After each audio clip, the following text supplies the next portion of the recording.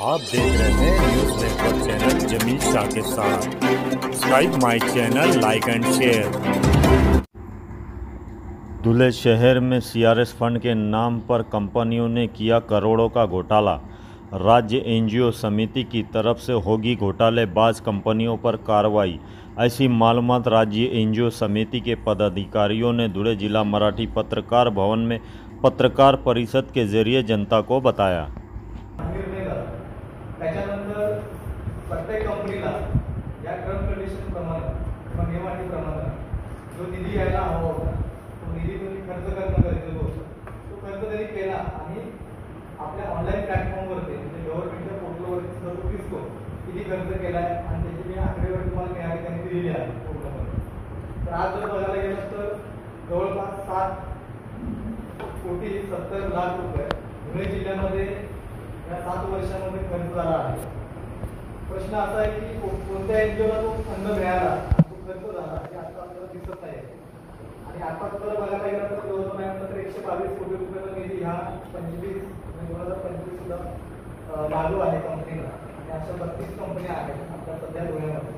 त्या कंपनीचा खर्च कुठं होणार आहे, स्पष्ट असं आपल्याला पूर्ण कुठे खर्च करतायत, काय करतायत त्याचा खानखोटा लागत नाही, त्याच्यावरती कारवाई होणं गरजेचं आहे। सांगणं एकच आहे की ज्या धुळे जिल्ह्यामध्ये संस्था आहेत, सामाजिक संस्था आहेत, ज्या काम करत आहेत त्यांना चांगल्या पद्धतीनं सामाजिक कामासाठी हा निधी मिळावा आणि चांगल्या रीतीने हा खर्च व्हावा, हा एक उद्देश आहे त्याच्या पाठीमागे या पत्रकार परिषदेच्या माध्यमातून। जो आवाज उठवावा आणि त्या माध्यमातून कंपन्यांच्यावरती कारवाई वगैरे अशा आमची मागणी आहे। दुसरी मागणी अशी आहे की त्याला काही नियम आणि अटी दिलेल्या आहेत, त्या पद्धतीने ज्यांच्याकडं कुणालाही देऊन चालणार नाही, ज्यांच्याकडं 12A, ATG, CSR अंतर्गत रजिस्ट्रेशन आहेत एनजीओ माध्यमातून त्याच लोकांना हा CSR दिला पाहिजे असा नियम आहे शासनाचा। आणि त्या नियम कुठेतरी धाब्यावरती बसवण्याचं काम कंपन्या करत आहेत, कुठेतरी बंद व्हायला पाहिजे, एक आपली मागणी आहे। हे काम झालंय असं पुण्यामध्ये तुमच्याकडे त्याच्यामध्ये आलंय का आता बघण्यात या 7 वर्षामध्ये?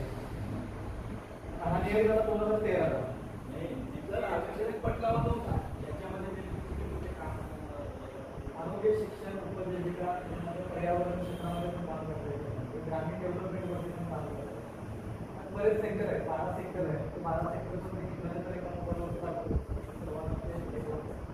धुळ्यामध्ये ठरवलेलं आहे शासनाला की कशावरती खर्च करायचा आहे, त्या त्याच्यावरती खर्च घ्यावा। हो, शासन निर्णय पण आहे, 2013चा पण आहे, 14चा पण आहे, 18चा पण आहे, 22चा पण आहे, त्याच्यामध्ये अनेक बदल पण केलेले आहेत। हो हो सगळं पाहिजे। ह्या वर्षाचा जो काही फंड आहे जवळपास आपण जर बघायला गेलं तर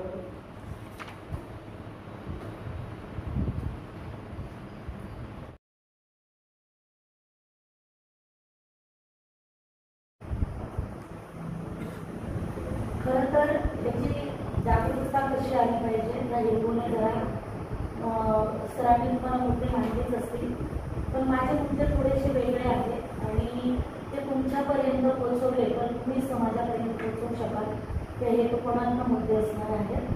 माझी पण स्वतःची कल्याणी महिला संस्था ही कार्यरत आहे पूर्ण महाराष्ट्रात।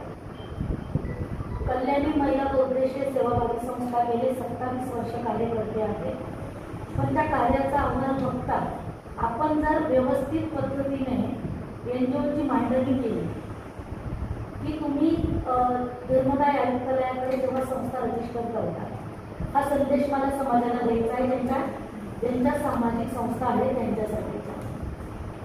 तर जर त्यांनी प्रमाणपत्र व्यवस्थित काढले, त्यानंतर त्यांनी त्याचं पॅन कार्ड, त्याचा अहवाल, त्याचा बायवाद म्हणजे उद्दिष्ट, त्यानंतर त्यांची जी रचना आहे, जे 7 लोक घेतले आहेत त्याची मांडणी तुम्ही व्यवस्थित ठेवली तर मला वाटतं की शासनाची सगळ्या योजना त्यांच्या घरात येऊ शकतात।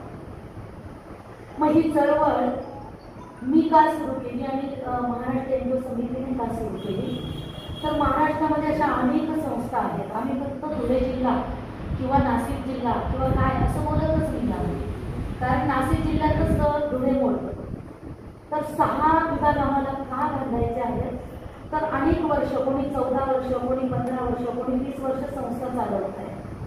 पण ते 2 प्रमाणपत्र आणि ऑडिट भरायचं आहे आणि रिटर्न भरायचं आहे आणि रिटर्न भरून आपल्याला संस्था चालवायची आहे, वकिलांची फी भरायची, इथपर्यंतच माहिती आहे. मग त्या मी असं म्हणेल की त्या मोडकळीस आलेल्या संस्था आहेत की त्यांना माहितीच नाही आहे. मग जर CSR आपल्या जळगाव जिल्हा तालुक्यासाठी जर आलेला आहे तर हा इथे मोजला गेला आहे. मग पोर्टलवरती जे दिसतं की हा खर्च झालाय, मग जर ज्या कंपन्यांनी खर्च केलाय मग तो दाखवला गेला आहे, मग त्याचा खर्च कसा झाला ते पण दाखवणं गरजेचं आहे.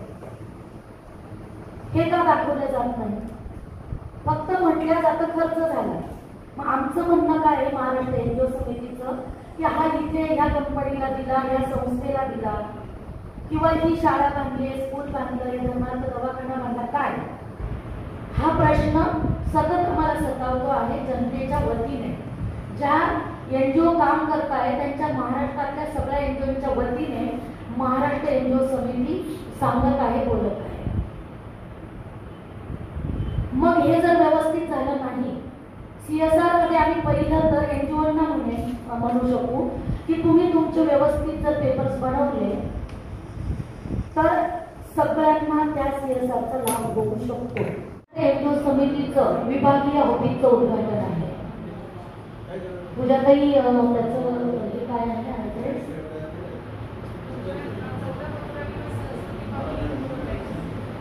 तिकडे आता आपण ऑफिसचं उद्घाटन करत आहोत. त्यामुळे ह्या NGO या भागातल्या ज्या संस्था आहेत, सामाजिक संस्था, त्यांना बरं पडेल इथे तुम्हाला पत्रव्यवहार करायला. दुसरं, संध्याकाळी, आत्ता संध्याकाळी म्हणताना दुपारी 3 वाजता नंदुरबार नाका कार्यालय कोणतं ताई, तिथे आपण आता कार्यशाळा घेत आहोत. NGO साठी कार्यशाळा. तिथे आता 100 ते 200 NGO दाखल होत आहेत आणि त्यांना रीतशीर काय दिल्या जाणार आहे तर तुम्ही संस्थेचे पेपर्स, माझं असं मत आहे की सरांनी हा विषय क्लिअर